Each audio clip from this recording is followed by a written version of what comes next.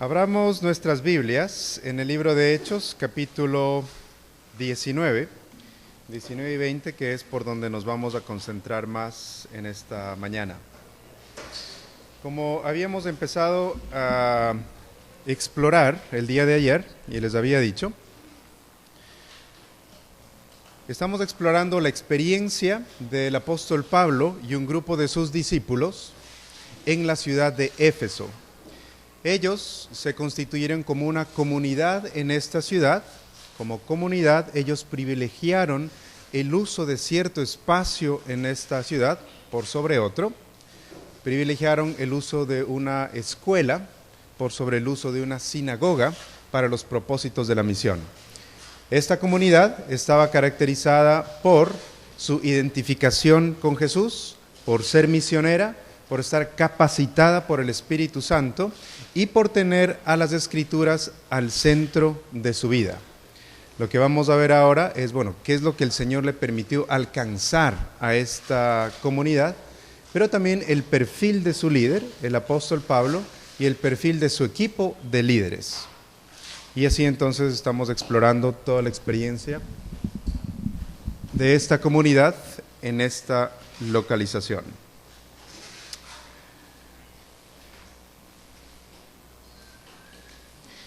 Movámonos ahora a explorar cómo el poder del Evangelio se mostró a través de la comunidad de creyentes de Éfeso. Y vamos a escuchar una vez más la historia. Estamos en Hechos capítulo 19, verso 11, hasta el verso 1 del capítulo 20. Hechos 19, 11. Dice así: Dios hacía milagros extraordinarios por medio de Pablo, a tal grado que a los enfermos les llevaban pañuelos y delantales que habían tocado el cuerpo de Pablo y quedaban sanos de sus enfermedades, y los espíritus malignos salían de ellos.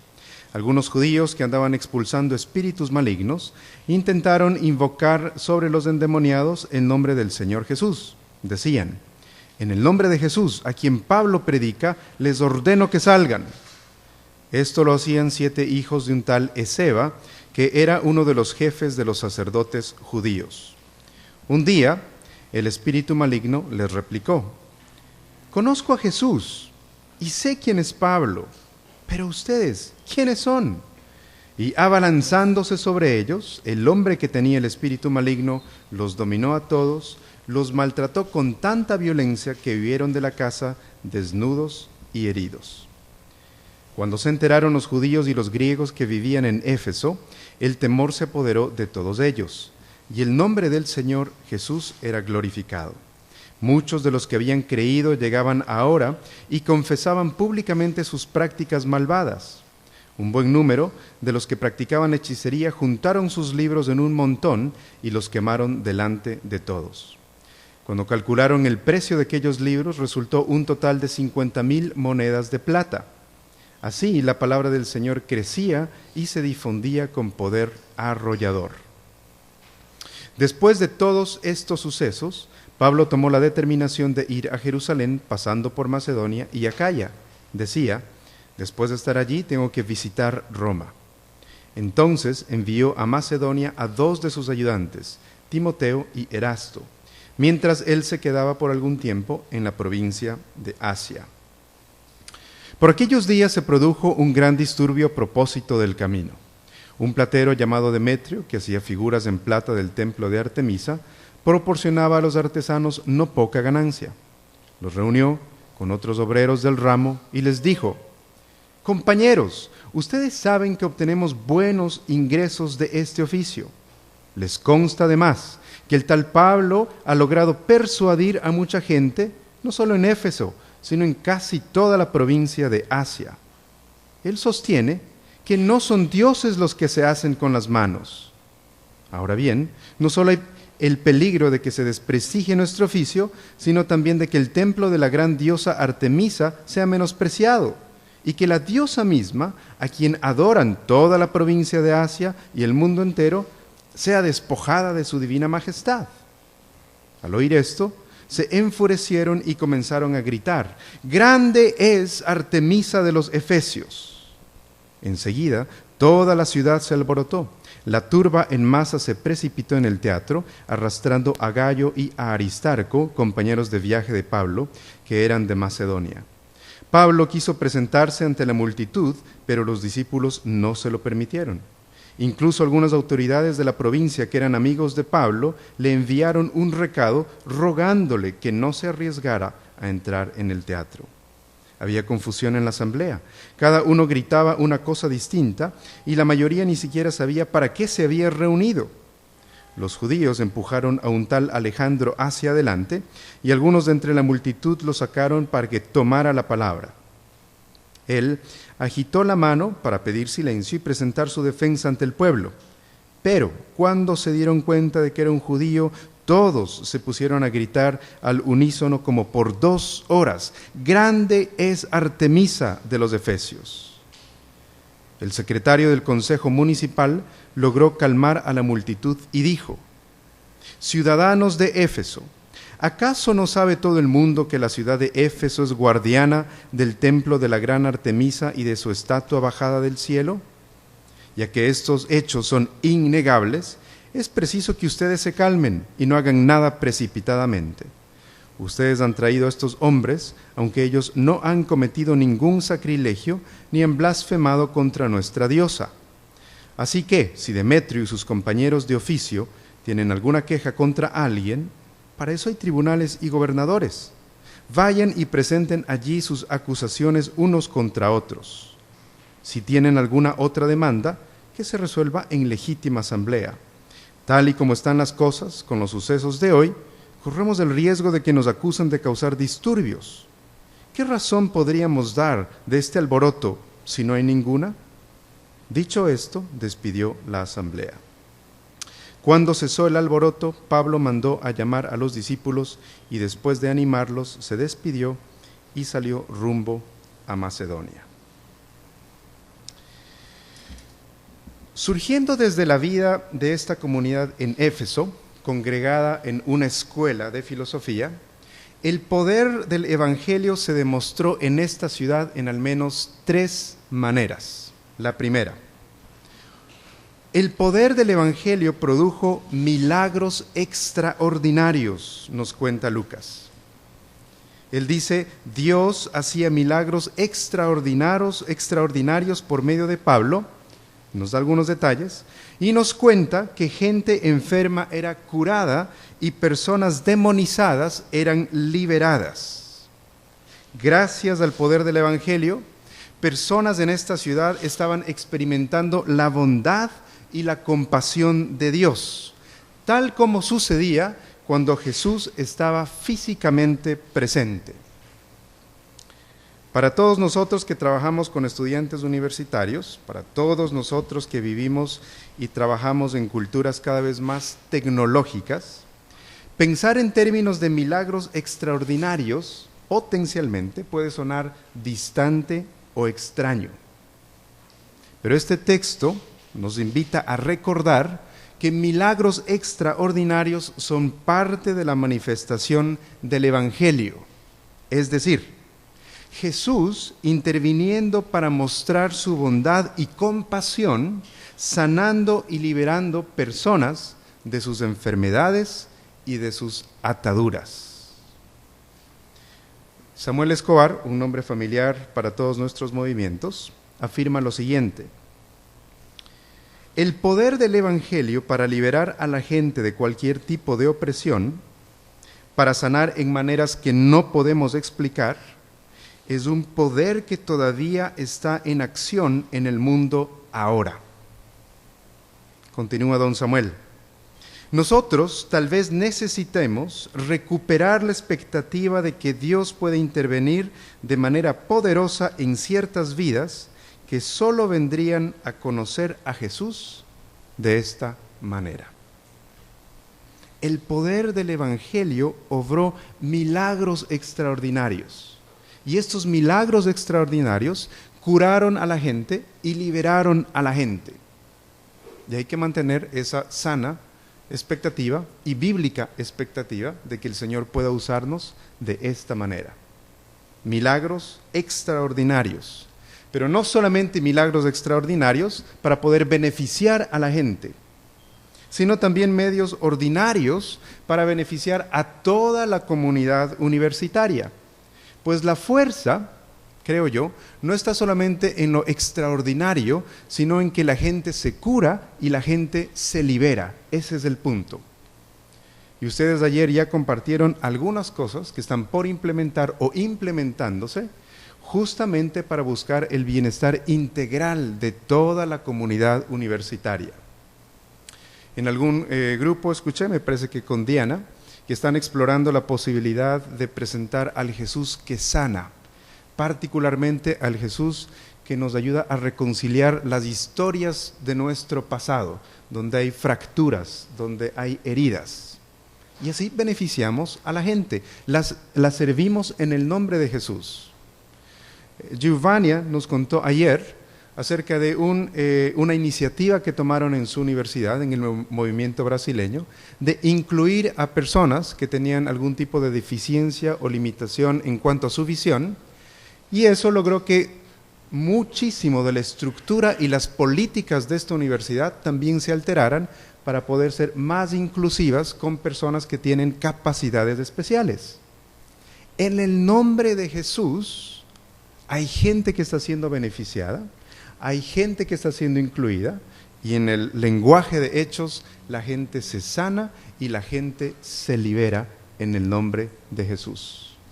Ese es el poder del Evangelio en acción en esta ciudad. Y esto también debemos abrazar en la universidad y en nuestra misión en la universidad. Segundo, una segunda forma en la que el poder del Evangelio se manifestó en Éfeso. El poder del Evangelio cambió la vida de las personas. El poder del Evangelio cambió la vida de las personas. Lucas nos cuenta que muchos de los que habían creído llegaban ahora y confesaban públicamente sus prácticas malvadas. Un buen número de los que practicaban la hechicería juntaron sus libros en un montón y los quemaron delante de todos. Eso nos cuenta el evangelista. Entonces, gracias al poder del Evangelio, las vidas de personas en esta ciudad fueron cambiadas. La evidencia de aquello, según nos lo cuenta Lucas, se ve en al menos dos maneras.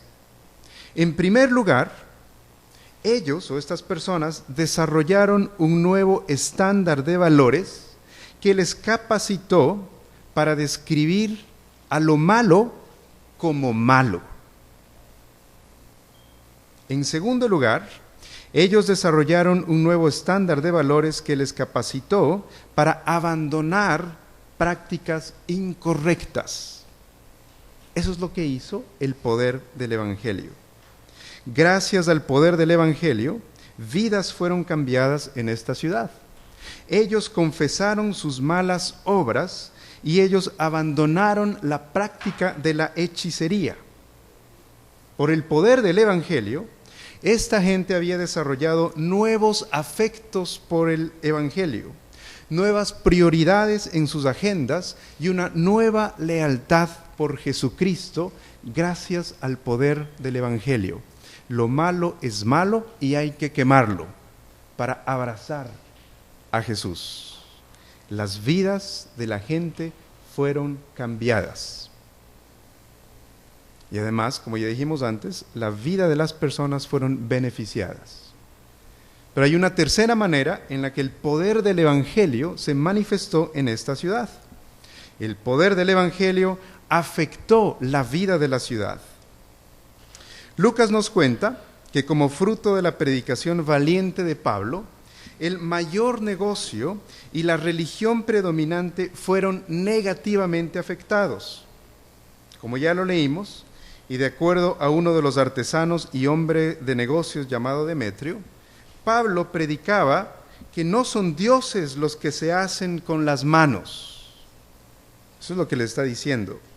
Y este mensaje se constituyó en una amenaza a la economía de la ciudad, a la majestad de Artemisa y a la estabilidad política de Éfeso. Gracias al poder del Evangelio, Los intereses políticos, religiosos y económicos que esta ciudad consideraba muy apreciados fueron desafiados. Y esta es la naturaleza del Evangelio: hacernos sentir incómodos con los ídolos que construimos para nosotros y llamarnos al arrepentimiento. Esa es la naturaleza del Evangelio: incomodar con la verdad y desbaratar tarde o temprano sistemas construidos alrededor de alguna mentira o de una verdad a medias.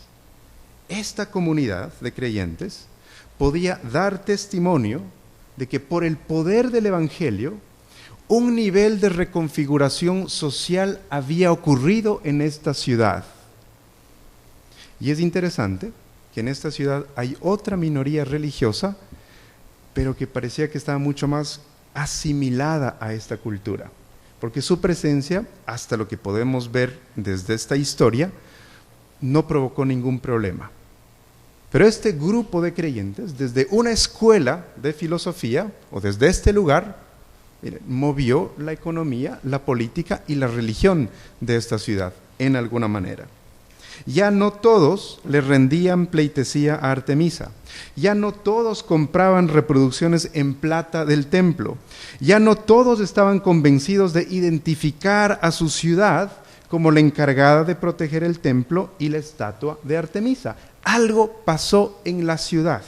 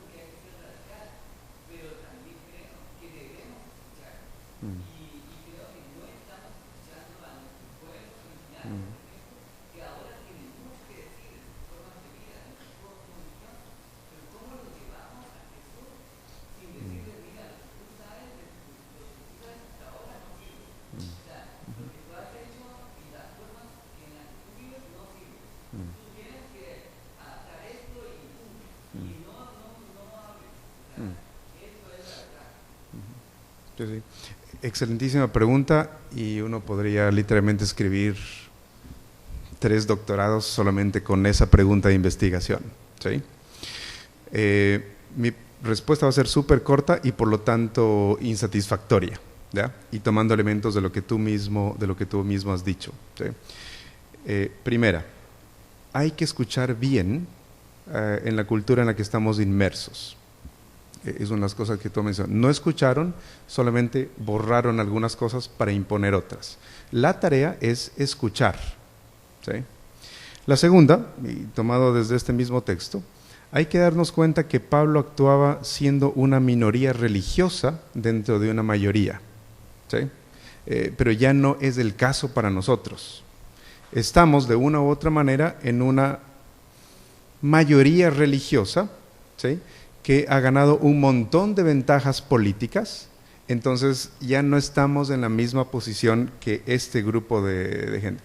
Aquí casi los despedazan. Nosotros más bien estamos en la posición de que podemos despedazar. Entonces estamos en otra posición. Este principio, aplicado desde donde estamos nosotros situados, podría ser muy, muy, muy desastroso, ¿no? Y la tercera cosa que voy a decirle en este momento, creo que evidentemente hay cosas que hay que desaparecer en la cultura y que desde diferentes perspectivas y desde diferentes fundamentaciones podemos decir que objetivamente no son saludables para la vida de las personas y para la vida de la sociedad, ¿sí? Diferentes razones para decir, pero objetivamente, no estoy diciendo absoluto, estoy diciendo objetivamente, podemos decir esto no está bien para nuestra manera de vivir, ¿no? Pero no solamente es cuestión de desaparecer cosas que a mí me parecen que hay que desaparecer, es decir, cuando conozco, cuando escucho, cuando experimento, digo, ¿cómo hay que redirigir aspectos culturales hacia el señorío de Cristo? ¿Sí? Al menos desde nuestra perspectiva como cristianos y como evangélicos, ¿no? Esos son como los tres pensamientos que me vienen en el momento, ¿no? Yo estoy más del lado de la Biblia y de la odontología, pero para responder mucho más inteligentemente esta pregunta necesitamos la participación del resto del pueblo de Dios y de algunos otros especialistas en el asunto. Entonces ahí entran los expertos en misiones o misionólogos, misiólogos o algo por el estilo. Están los antropólogos, están los sociólogos, etcétera, etcétera, etcétera, ¿sí? Entonces el asunto es mucho más. Pero la pregunta que tú levantas es importantísima, ¿no? Y ahí están mis primeros apuntes. Gracias, Johnny. Ricardo.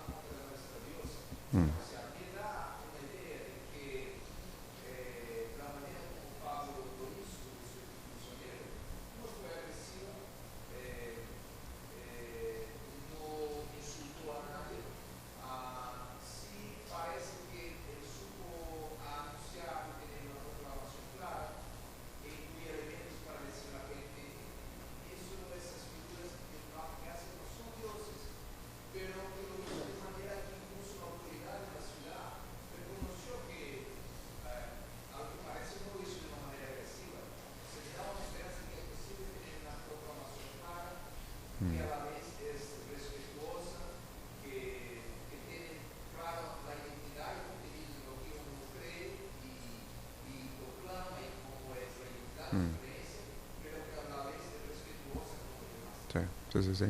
Ese es otro excelente apunte, ¿no? Porque es cierto, Pablo dice lo que tiene que decir, pero hay una autoridad que dice, miren, el asunto no hay objetivamente de qué acusarles, ¿no? Entonces, muy bien. Entonces, miren, el poder del Evangelio se manifestó en al menos 3 maneras en esta ciudad.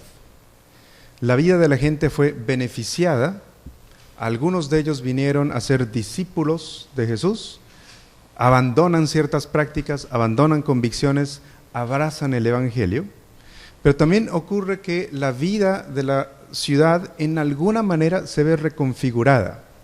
Autoridades que actúan, alborotos que suceden y algo nuevo aparece allí, ¿sí? Hay un nuevo grupo que le trae otro matiz a esta ciudad, ¿sí? Ahora, ahí está la comunidad. Por la gracia del Señor, esta comunidad fue capaz de lograr este tipo de cosas por el poder del Evangelio. ¿Cuál era el perfil del líder y del equipo de líderes que estaban sirviendo a esta comunidad? Y a eso pasamos en los siguientes minutos. Vamos al capítulo 20 de Hechos. desde el verso 17 hasta el 24. Hechos 20, del 17 al 24, que dice así. Desde Mileto, Pablo mandó llamar a los ancianos de la iglesia de Éfeso. Cuando llegaron, les dijo: ustedes saben cómo me porté todo el tiempo que estuve con ustedes, desde el primer día que vine a la provincia de Asia.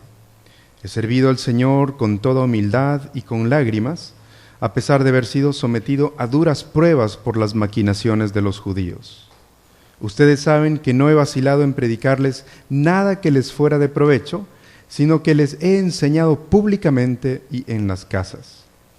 A judíos y a griegos les he instado a convertirse a Dios y a creer en nuestro Señor Jesús. Y ahora, tengan en cuenta que voy a Jerusalén obligado por el Espíritu, sin saber lo que allí me espera. Lo único que sé es que en todas las ciudades el Espíritu Santo me asegura que me esperan prisiones y sufrimientos. Sin embargo, considero que mi vida carece de valor para mí mismo, con tal de que termine mi carrera y lleve a cabo el servicio que me ha encomendado el Señor Jesús, que es el de dar testimonio del Evangelio de la gracia de Dios. De acuerdo a Lucas, uno de los colegas ministeriales de Pablo, Pablo era un pastor que servía a su Señor y a esta comunidad con humildad y con lágrimas, encarando la hostilidad de los judíos. Solamente quiero recordarles que ya Ricardo nos ayudó a explorar esto de la espiritualidad de la humildad, en donde a través de la palabra, él nos señalaba que es esta percepción equilibrada de nosotros mismos, delante de Dios, delante de otros, de todas nuestras potencialidades. Es un decir con verdad: soy lo que soy por la gracia de Dios. Y es así como Pablo se movía en esta comunidad de creyentes en Éfeso. Es posible que necesitemos realmente explorar profundo en nuestra vida si es que estamos teniendo algún tipo de concepto de nosotros mismos menor del que realmente deberíamos tener. Soy menos, porque la tentación es volver a nuestros grupos universitarios, entonces la fuente de nuestra identidad y la fuente de hacer plena nuestra condición humana. Me siento menos, pero ellos me necesitan. Qué bonita combinación, ¿sí? Me siento menos, pero ellos me necesitan. Entonces vivo toda mi vida psicológica a través del grupo, ¿sí? Pero conflictivo cuando empiezan los estudiantes también a cuestionarnos o preguntarnos, o parece que no nos gustan tanto, que no les caemos tan bien. Importantísimo en ese sentido la espiritualidad de la humildad. En la percepción equilibrada de quién soy, delante de Dios, delante de los otros, soy lo que soy por la gracia de Dios. El otro peligro, soy más, sé más.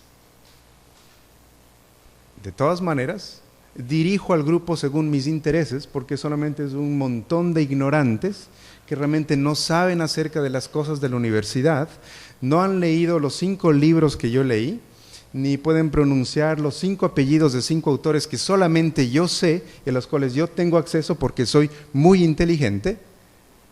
Y una vez más, el programa del grupo se vuelve el ego de esta persona. Un ego muy elevado o un ego muy disminuido son una muy mala mezcla para el trabajo pastoral. Entonces habrá asuntos que arreglar dentro de nosotros y desarrollar esta pastoral de la humildad, la que dice aquí Pablo: yo les he servido a ustedes con humildad y también con lágrimas. Solo un apunte respecto de las lágrimas de Pablo. Las lágrimas de Pablo vienen de esta hostilidad, ¿sí? Cuando él le dijo sí al Evangelio, le abrazó también la hostilidad de quienes antes eran sus colegas. Como lo comenté en algún grupo, me gusta a mí escuchar las historias de los obreros. Es decir, mira, cuéntame cuáles son tus lágrimas, ¿Cuál es el dolor que estás abrazando al empezar a ser obrero u obrera? Cuéntame. ¿Qué es lo que el Señor te está invitando a renunciar? Quiero que me cuentes cuáles son tus lágrimas. Si no hay lágrimas, está muy bien. No digo que soy secretario general, no es masoquista, pero que le gusta castigar a la gente, ¿no? Sádico, ¿sí? Quiero ver el dolor de la gente en mi equipo. No, pero por favor, cuéntame tus lágrimas. ¿A qué estás renunciando? ¿Sí? ¿Cuál es el dolor que tienes que abrazar aquí? Pablo era un pastor que servía con humildad y con lágrimas, primeramente. Segundo, y lo encuentran en los apuntes que tienen ustedes por allí, Pablo era un pastor que predicaba la palabra de Dios. Y hemos abundado en esto durante toda la semana, solo quiero decir algo corto. Y nos dice el texto, él predicó cosas útiles. Él predicó arrepentimiento y fe en Jesucristo. Él predicó públicamente y de casa en casa. Más adelante, el texto nos dice que Pablo predicaba el reino de Dios, que proclamaba todo el consejo de Dios y que lo hacía no solo de casa en casa o públicamente, lo hacía a cada uno de ustedes, nos dice el texto. Miren todos los ámbitos de predicación y de proclamación de la palabra de Pablo. Como nos dijo ya Ricardo, Pablo buscaba que nadie quedara excluido del mensaje, tenía un profundo deseo, ¿sí?, de que la gente conociera del mensaje de la salvación. Marina también ya nos animó, hay que articular la palabra, hay que exponer la palabra, y Pablo lo estaba haciendo. Pablo era un pastor que servía con humildad, con lágrimas y que predicaba la palabra de Dios. Adicionalmente, Pablo era un líder o un pastor, él era un obrero en este grupo, guiado por el Espíritu. Él era un pastor, un líder obediente al Espíritu. Sin embargo, de que él estaba completamente consciente de que el Espíritu lo estaba guiando a prisiones y sufrimientos, ¿sí? Ese es el tipo de profecía, entre comillas, que Pablo había recibido. Me llevan a prisiones y sufrimientos y yo estoy abrazando aquello. Pablo prefería seguir al Espíritu, sin embargo, de ese tipo de anuncio, más que priorizar su seguridad personal o priorizar su autorrealización. Humildad y lágrimas, predicación de la palabra, ser guiado por el Espíritu Santo. Adicionalmente, Pablo era alguien que estaba centrado en el Evangelio. Su vida y mensaje estaban centrados en el Evangelio de la gracia de Dios. Él nos dice, yo he sido testigo de este Evangelio. Yo lo he experimentado y eso es lo que yo les he comunicado. Y esa es nuestra tarea también. Necesitamos peregrinar en el Evangelio. Necesitamos habitar en este Evangelio para que el Evangelio habite en nosotros y poder describirnos a nosotros cada vez más y más como testigos de este Evangelio. Yo he caminado por aquí, entonces podemos caminar juntos. Yo conozco de primera mano acerca de esto. Pablo era un pastor, Pablo era un líder cuya vida y mensaje estaba centrado en el Evangelio de la gracia de Dios. Y esa es tarea para todos nosotros también. Permitir que el Evangelio de la gracia de Dios informe absolutamente todo lo que nosotros hacemos. Que informe cómo somos asesores y asesoras, obreros u obreras. Que informe acerca de nuestra vida de relaciones interpersonales, de nuestra vida sentimental, de nuestra sexualidad, de cómo enseñamos, de cómo trabajamos y de cómo descansamos, de cómo miramos el mundo, la cultura, etcétera, etcétera, etcétera. Ser testigos de cómo el Evangelio informa y forma todas estas áreas de nuestra vida. Ese es el perfil del líder de Pablo. 4 características que haríamos bien en desarrollarlas también. Y finalmente, Pablo y Lucas nos van a contar algo acerca del equipo de líderes de esta ciudad. ¿Sí? Escuchemos acerca de ellos. Hechos 20, desde el 25 hasta el 38. Dice, escuchen. Yo sé que ninguno de ustedes, entre quienes he andado predicando el reino de Dios, volverá a verme. Por tanto, hoy les declaro que soy inocente de la sangre de todos, porque sin vacilar les he proclamado todo el propósito de Dios. Tengan cuidado de sí mismos y de todo el rebaño sobre el cual el Espíritu Santo los ha puesto como obispos para pastorear la iglesia de Dios que Él adquirió con su propia sangre. Sé que después de mi partida entrarán en medio de ustedes lobos feroces que procurarán acabar con el rebaño. Aún de entre ustedes mismos se levantarán algunos que enseñarán falsedades para arrastrar a los discípulos que los sigan. Así que estén alerta. Recuerden que día y noche durante 3 años no he dejado de amonestar con lágrimas a cada uno en particular. Ahora los encomiendo a Dios y al mensaje de su gracia, mensaje que tiene poder para edificarlos y darles herencia entre todos los santificados. No he codiciado ni la plata, ni el oro, ni la ropa de nadie. Ustedes mismos saben bien que estas manos se han ocupado de mis propias necesidades y la de mis compañeros. Con mi ejemplo, les he mostrado que es preciso trabajar duro para ayudar a los necesitados, recordando las palabras del Señor Jesús. Hay más dicha en dar que en recibir. Después de decir esto, Pablo se puso de rodillas con todos ellos y oró. Todos lloraban inconsolablemente mientras lo abrazaban y lo besaban. Lo que más los entristecía era su declaración de que ellos no volverían a verlo. Luego lo acompañaron hasta el barco. Algunas características de este equipo de líderes, y los tienen igual allí en sus bosquejos. Les dice, tengan cuidado de sí mismos y del pueblo de Dios. Pablo les urge a cuidarse a sí mismos. Y esta amonestación o este ánimo de cuidarse a sí mismos, si ustedes se fijan en el texto, lo hace a la luz de su declaración previa de que entre ellos él ha predicado el reino de Dios. Lo dice primero y luego lo dice después, que ha proclamado sin vacilar todo el consejo de Dios. Y eso es importante, porque esta exhortación a cuidarse a sí mismos, él lo hace en este generoso contexto y en el marco referencial del reino de Dios y de todo el consejo de Dios. Eso es bien significativo. Cuídense a sí mismos, pero les recuerda, les he predicado del reino y les he proclamado todo el consejo de Dios. Y en ese contexto hay que entender el cuidado de uno mismo. No voy a abundar más en detalles aquí porque la 4ª semana de toda la experiencia del EFO está concentrada en eso. Cómo ustedes, como asesores, asesoras, obreros y obreras, van a cuidarse de sí mismos.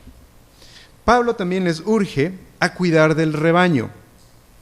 Y una vez más, lo repito, cuiden del rebaño, pero esta exhortación lo hace a la luz de su declaración previa de que les ha predicado el reino y de que les ha proclamado todo el consejo de Dios. Una vez más, el cuidado del rebaño, el cuidado de nuestros grupos, el cuidado de personas, se da en el generoso contexto y marco referencial del reino de Dios y de todo el consejo de Dios. Y Pablo les da algunos otros detalles allí. Cuídense a sí mismos, cuiden del rebaño, pero Pablo les orienta también en cómo estos líderes han de verse a sí mismos. Ustedes deben verse a sí mismos de esta manera, les dice Pablo. Ustedes deben considerarse que son obispos y pastores. Esa es su identidad. Obispos y pastores, supervisores y pastores, asesores, obreros. ¿Qué es lo que hace un pastor? ¿Qué es lo que hace un obrero? Es aquel que capacita, promueve que los estudiantes tomen e implementen iniciativas de misión en la universidad. Es el que forma discípulos. Y ahí tenemos ayuda de Pablo mismo en Efesios, en Colosenses, en Primera de Timoteo, que dicen, miren, se han puesto pastores y maestros a fin de perfeccionar a los santos para la obra del ministerio, para la edificación del cuerpo de Cristo, hasta que todos lleguemos a la unidad de la fe y del conocimiento del Hijo de Dios, al hombre perfecto, a la medida de la estatura de la plenitud de Cristo. Esa es su identidad. Ustedes son pastores, pastoras, obreros y obreras, para perfeccionar a los estudiantes en la obra del ministerio de los estudiantes. Algo similar nos dice en Colosenses y algo similar nos dice en 2 de Timoteo. Y esa es nuestra tarea. Lo que me has oído decir en presencia de muchos testigos, encomiéndalo a creyentes dignos de confianza, que a su vez estén capacitados para enseñar a otros. Pablo nos invita a vernos como obispos y como pastores. Eso es lo que nosotros somos. Pablo, además de invitar a estos conjunto de líderes a verse a sí mismos como obispos y como pastores, les invita a mirar a la comunidad en algunas maneras. Inicialmente les da 2 imágenes. Los líderes han de considerar a la comunidad como un rebaño y como una asamblea. Si ustedes son pastores, ahí está el rebaño, son ovejas las que deben cuidar. Pero también les dice, tienen que cuidar a la iglesia de Dios. Es una asamblea, un grupo humano organizado para ciertos propósitos. Es así como ustedes deben mirar a este grupo, como un rebaño y como una asamblea. Pero esto no es suficiente, pues un rebaño puede ser mal conducido y una asamblea puede ser manipulada para fines equivocados. Por eso es lo que Pablo, creo yo, apela a una imagen mucho más profunda. Pablo educa la imaginación de estos líderes y los invita a desarrollar una visión trinitaria de este grupo humano. Visión trinitaria que los prevendría de mal conducir al rebaño y manipular a la iglesia. Pablo les dice, miren a este rebaño, miren a esta asamblea, miren a este grupo humano como esta comunidad que es cuidada por el Espíritu Santo, una comunidad que pertenece a Dios y como una comunidad que fue comprada con la sangre de Cristo.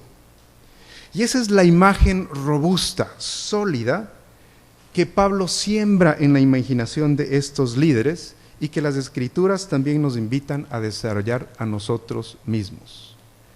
Las células, los grupos universitarios, el movimiento, es un grupo de personas cuidadas por el Espíritu que pertenecen al Padre y que han sido compradas por la sangre de Jesús. Eso es lo que le dice Pablo a este grupo de creyentes. Hace años escuché una predicación de John Stott en la que mencionaba algo acerca de este versículo. Y él decía, una pregunta que todos nosotros en la tarea pastoral necesitamos hacernos continuamente es la siguiente: ¿cómo uno se mantiene amando a la gente que aparecen como no tan dignos de ser amados o difíciles de amar? Y dice que este versículo fue clave para él. Dice, tenemos la imagen, una imagen bastante idílica de lo que es un rebaño. Pastores, pastos verdes y resplandecientes, ovejas limpias, dóciles y obedientes. ¿Sí? Dice, sencillamente uno conversa con un granjero y uno sabe que la vida del rebaño no es así.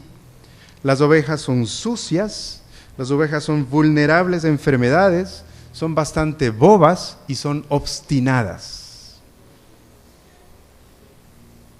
¿Cómo uno va a seguir amando al rebaño cuando uno siente que es bastante complicado hacerlo? Entonces, la respuesta y la imagen robusta que da Pablo a este grupo de líderes, dicen, es una visión trinitaria de este grupo de gente. Es una gente por la cual el Espíritu Santo está cuidando, pertenecen a Dios y han sido comprados por la sangre de Cristo.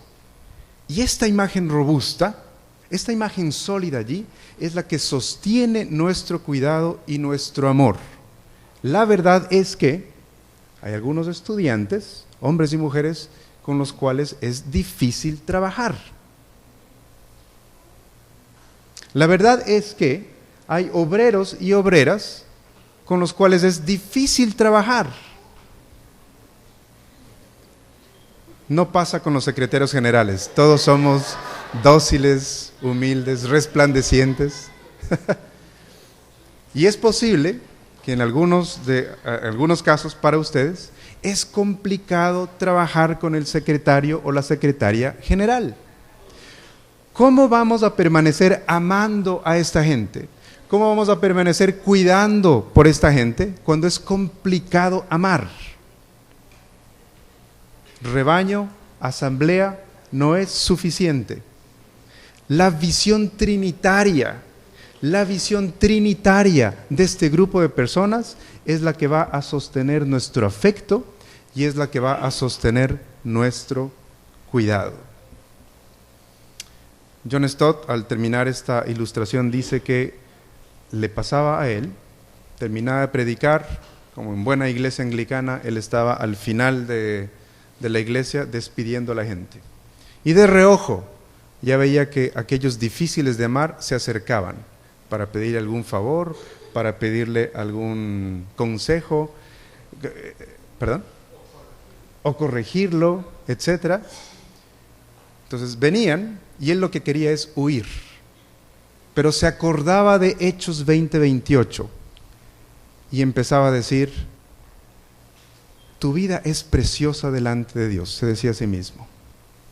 El Espíritu Santo me ha puesto para cuidarte. Tú perteneces al Padre, has sido comprado por la sangre de Cristo. Toda la Trinidad te está cuidando. Yo me uno a ese esfuerzo. Y eso le llenaba de la energía necesaria para continuar pastoreando a estas personas. Por eso es lo que Pablo nos da esta visión trinitaria acerca de quienes necesitamos cuidar.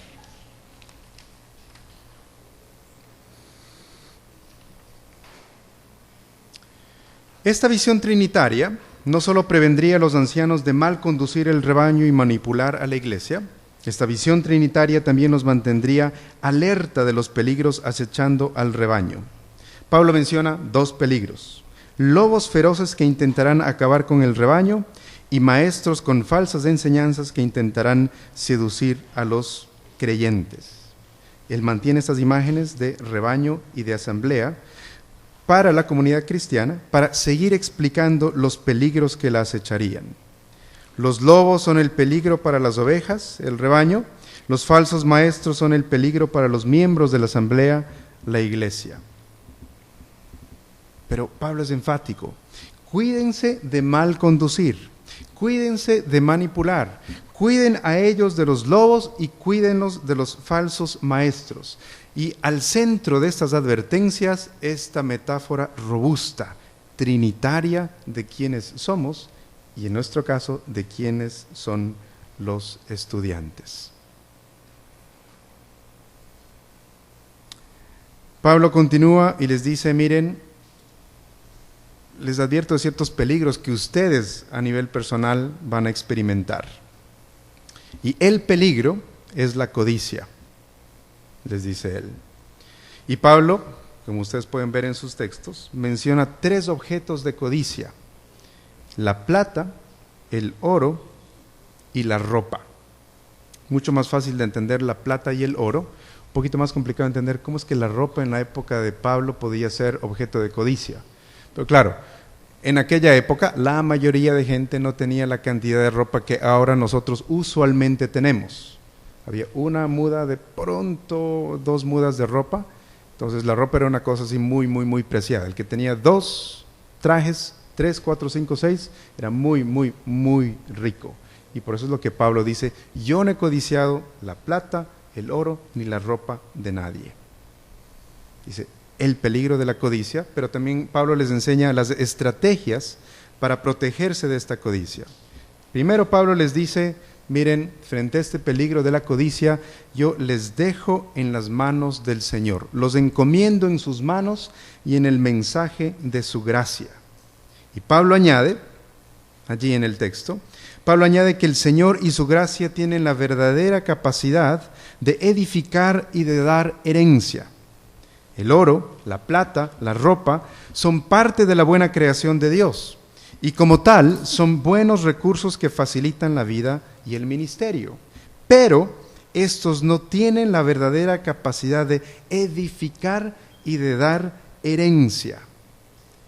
Y la gran tentación es afirmar nuestras identidades como personas o como obreros en el oro, la plata y la ropa. Y el mejor lugar para protegerse de esta tentación y de esta confusión es permanecer en las manos del Señor y en el mensaje de su gracia. El mensaje de su gracia consiste en que en Cristo, su muerte y resurrección, en Cristo se nos ha provisto de todo lo que necesitamos para alcanzar la plenitud de nuestra condición humana. Esa plenitud no reside en el oro, la plata y la ropa. Es en la gracia del Señor. Encomendados en sus manos, encomendados en su mensaje de gracia que realmente nos conduce a la plenitud de nuestra condición humana. Y la segunda estrategia que les muestra Pablo es, dicen, mírenme a mí, sigan mi ejemplo. Él mismo no ha codiciado, él mismo se ocupó de sus necesidades y la de sus colegas a través de su trabajo, y él mismo se ocupó de ayudar a los necesitados a través de trabajo duro. Sigan mi ejemplo, yo no codicié, es más, yo trabajé y tuve una alegre generosidad solidaria con aquellos que menos tenían. Encomendados en las manos de Dios y en el mensaje de su gracia, y trabajo duro, solidario, generoso, para protegernos de la codicia de la plata, el oro y la ropa. Finalmente, Pablo ora por este equipo de líderes, y todo el resto del equipo de líderes muestra un profundo afecto por él, por su líder. Lucas nos relata ya al final de esta historia el momento final del encuentro del apóstol con los ancianos de la comunidad de creyentes en Éfeso. En este momento final se describe como un momento de oración de rodillas, de llanto inconsolable, abrazos y besos. Y ese fue un momento muy, muy, muy intenso. Y la nota que daba intensidad a la despedida era la declaración de que no volverían a verlo. De pronto como el momento que algunos de ustedes van a vivir en la última semana del EFO. Nunca más nos vamos a volver a ver. Claro, en esa época no había ni WhatsApp, ni Facebook, ni... ¿sí?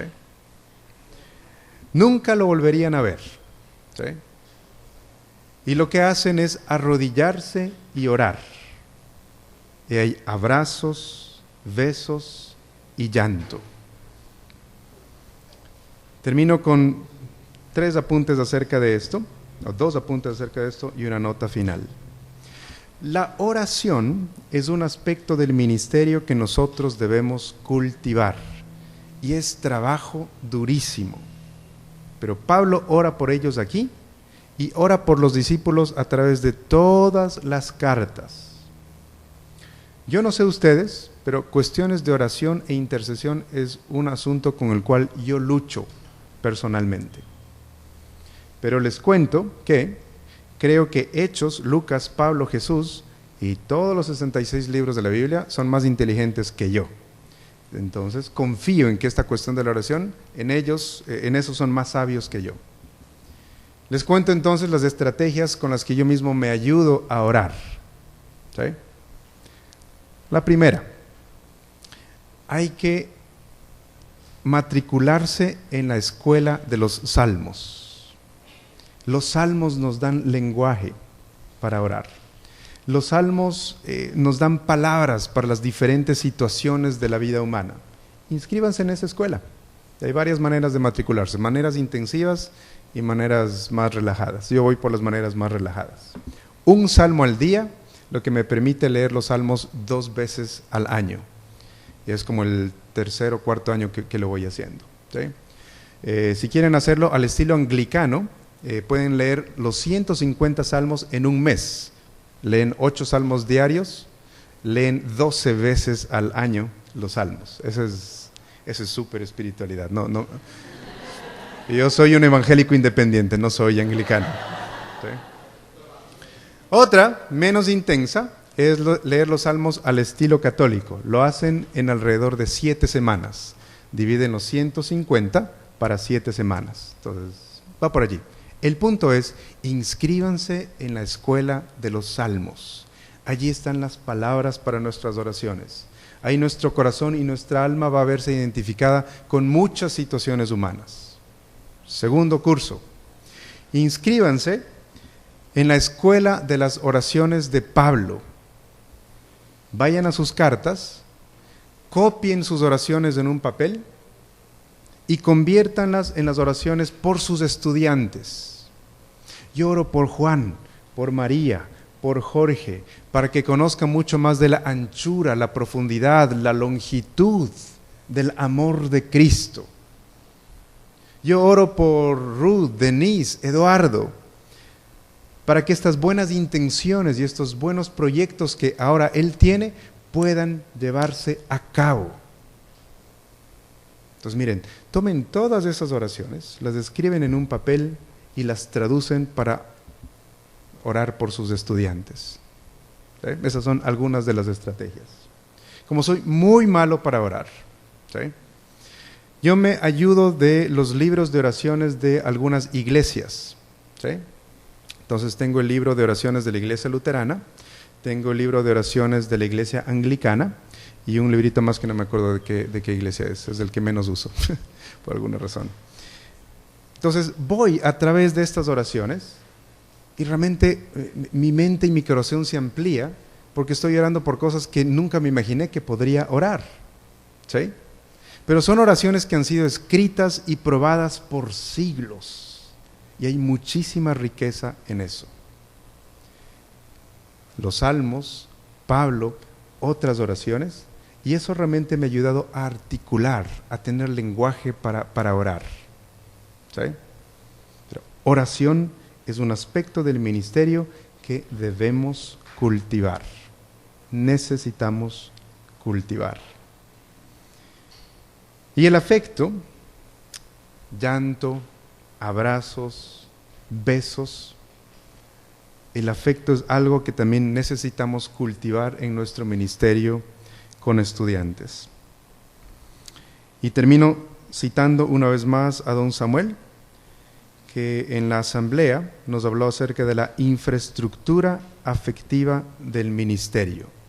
¿Sí? No voy a decir nada más acerca de eso porque léanlo a él y realmente van a tener una idea muy clara del rol del afecto en nuestro ministerio. Pueden buscar este artículo que se llama Infraestructura Afectiva del Ministerio en la revista Protestante Digital, donde es uno de los lugares donde fue publicado. Ricardo tiene el artículo, su exposición también. ¿Perdón? La infraestructura afectiva del ministerio. Afectiva, no efectiva, sino afectiva. ¿Sí? Y don Samuel dice, una dimensión importante del ministerio cristiano y de la misión de la iglesia es esta dimensión afectiva cuya importancia se suele pasar por alto. Me parece importante hacer memoria.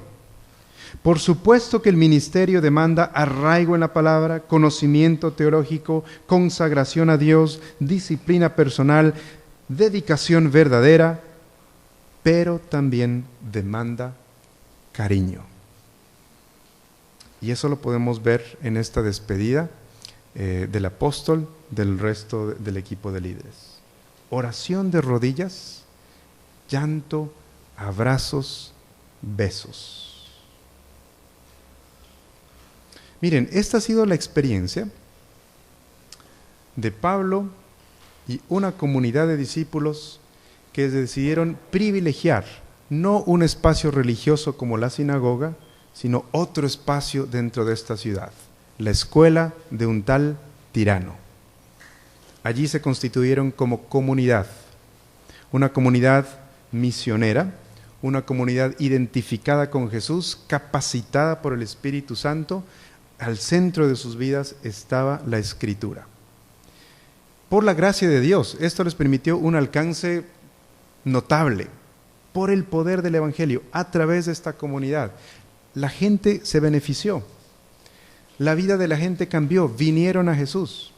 Incluso la vida misma de la ciudad se reconfiguró en algún nivel. Algo pasó en la ciudad.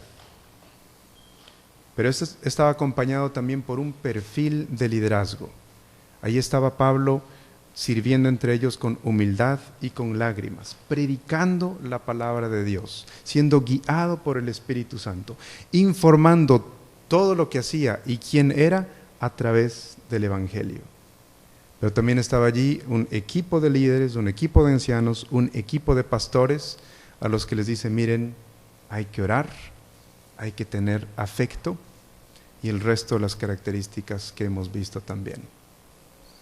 Esta es una historia y Lucas mismo no nos invita a hacer un modelo de lo que pasó allí, en ningún momento.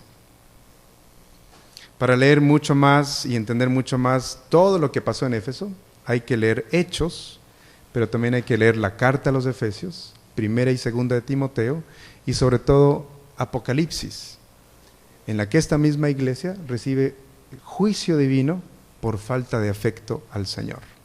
Entonces no quiero que salgamos con libros acerca de los 7 pasos para volverte como Éfeso o algo por el estilo.